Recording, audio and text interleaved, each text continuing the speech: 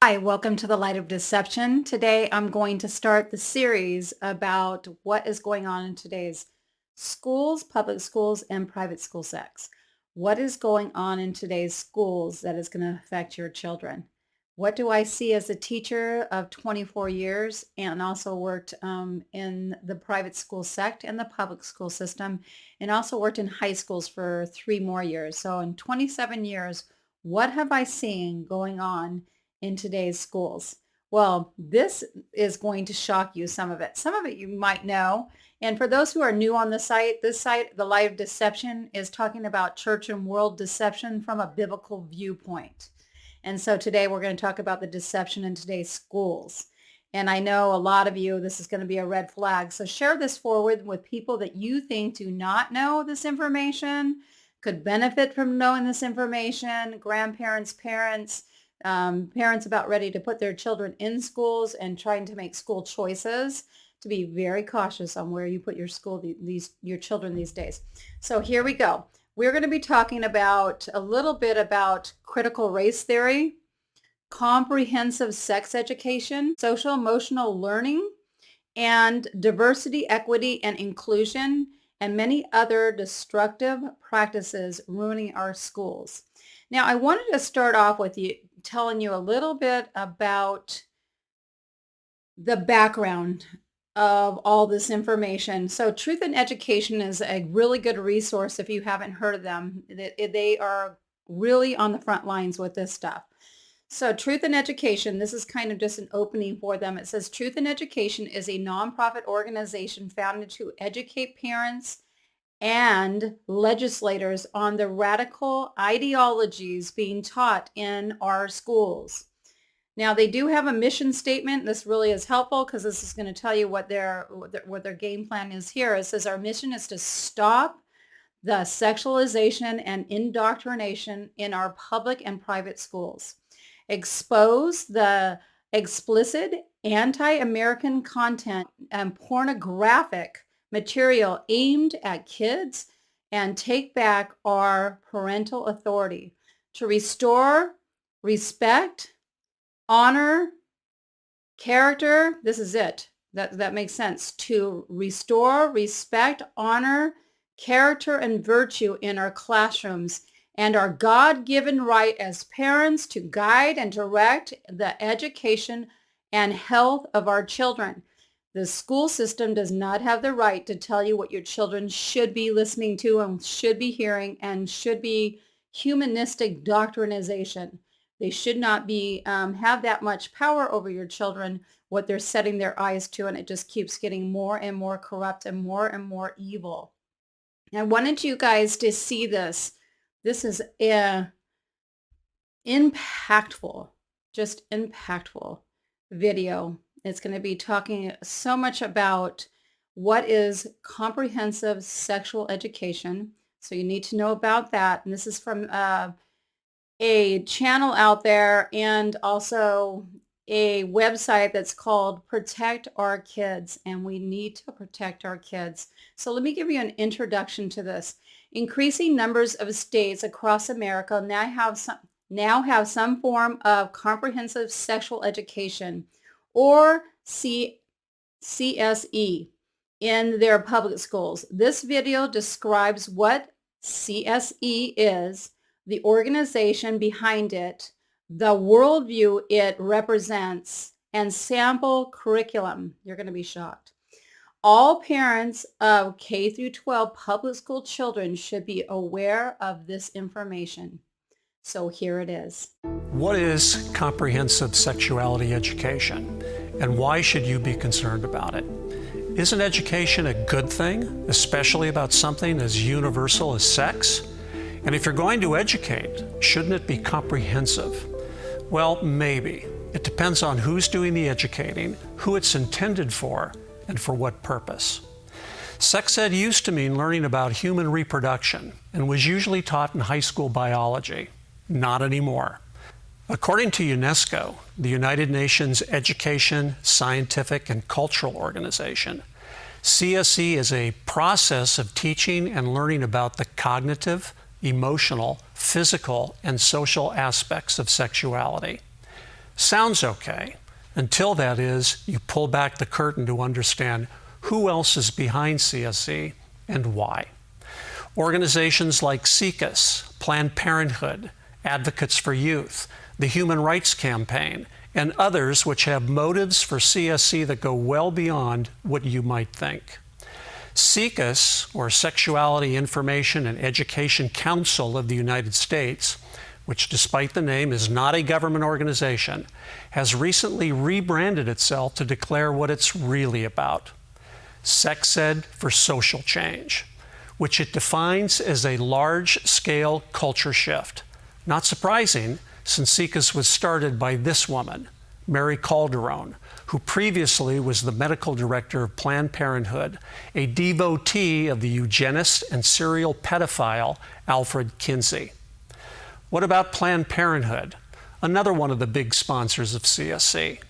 This organization was started by Margaret Sanger, who believed abortion was a means to cull the racially inferior or mentally unfit from society. For Planned Parenthood, using a gender transformative approach, CSE is a means to transform gender roles and advance equitable social systems. Advocates for Youth, co-sponsor of an organization called the Future of Sex Education, sees CSE as a means of advancing social, racial, and reproductive justice and equity.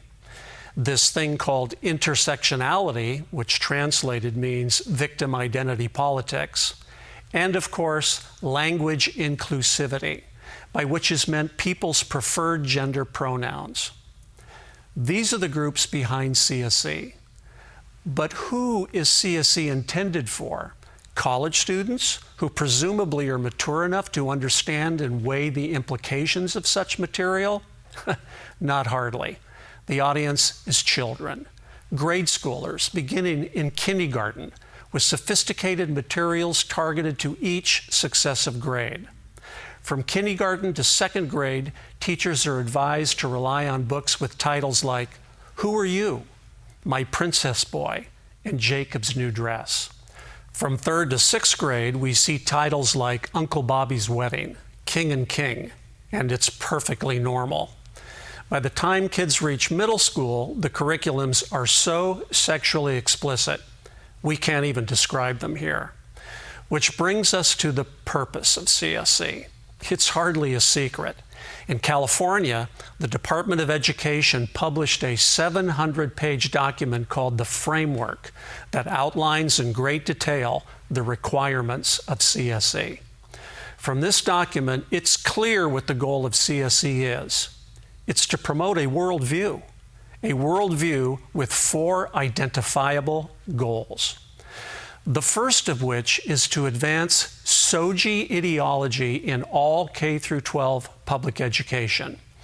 SOGI stands for Sexual Orientation, Gender Identity, and conveys the idea that both sexual attraction and gender exist along a spectrum. One's biological sex is meaningless. CSE teaches children to embrace subjective sexual and gender identities, if need be, through the force of law. The second goal of the CSE worldview is to sexualize children. CSE encourages children to become sexually active beginning in grade school. The evidence for this is amply provided in the various approved curriculums. The third goal is to destroy the nuclear family as the indispensable support of a healthy society, or at least the idea of it. CSE teaches that all arrangements and groupings of consenting adults are equally valid. Fourth, and finally, CSE seeks to undermine parental authority. A parent's conventional understanding of sex and gender are taught as negative stereotypes and may even be signs of spiritual abuse. Parents are discouraged from viewing CSE teaching materials by a mass of bureaucratic red tape. Children are coached on how to get contraceptives, treatment for STDs, and even abortions, all without a parent's consent or even knowledge. Taken together, as CSE's motto declares, the purpose of CSE is to bring about social change. But is this kind of social change a goal shared by tax-paying parents of children in the public school system? Should it be? Forewarned is forearmed. I'm Mark Schneider with Protect Our Kids. Okay, shocking, right? They put it together in 6 minutes and it just impactful. Let people know what is going on, not only just in the public schools, because this is going into the private schools too. Now, there's some private schools that are standing steadfast and they're not wavering, but they are a diamond in the rough. So it's going to be really hard to find a place that you can trust to teach a God-given curriculum, a God-centered curriculum, a curriculum that is actually going to be really good for your children when it's just focusing on what they need to learn, mathematics, language and literacy, right? We're talking about true history. We're talking about social studies. We're talking about all the different facets and staying out of the areas that parents are responsible for. Now, I want to go back to the goals for truth in education. This is another thing they're doing. It says educate parents and the community on the harmful ideologies in the schools and teach them to educate others. That's exactly what I'm screaming out here too. Advocate for safe school media centers, libraries, free from student access to inappropriate books and material. You'll be shocked what is provided now. Promote critical thinking over feelings. Your feelings will always lead you astray, your emotions. Defend organizations that are tied to any agendas that are divisive. So defund organizations that are tied to any agendas that are divisive, anti-American, and over-sexualized our children and harm the family. Demand transparency of all curricula for parents review in its entirety, including all supplemental material, both online and in textbook form. Absolutely.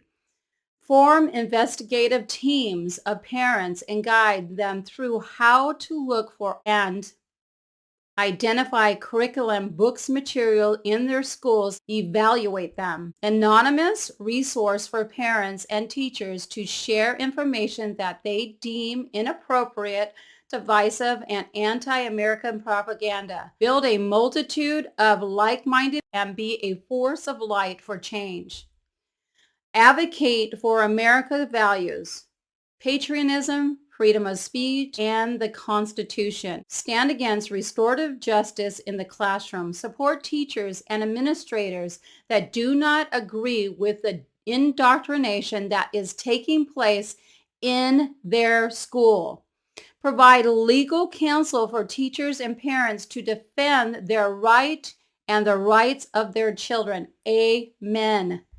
Thank God there's places like this that are actually standing on truth and standing for your children and your right to be their parents. The state does not control your parents and control the way your children think. They do not have that much power to indoctrinate your children in humanistic ideology. Here's another thing. It says, our belief, we bring awareness and understanding of the overreach of government in our schools through progressive ideologies that are unbiblical, anti-family, and anti-American. We educate parents, the community, and legislators on the harmful elements of the curricula that is being used to indoctrinate our children and further erode the family, our liberties, freedom, love of country, and love of God. We are a community-led grassroots movement that believes parents have the priority responsibility for the education of their children, and the responsibility is God-given. Amen.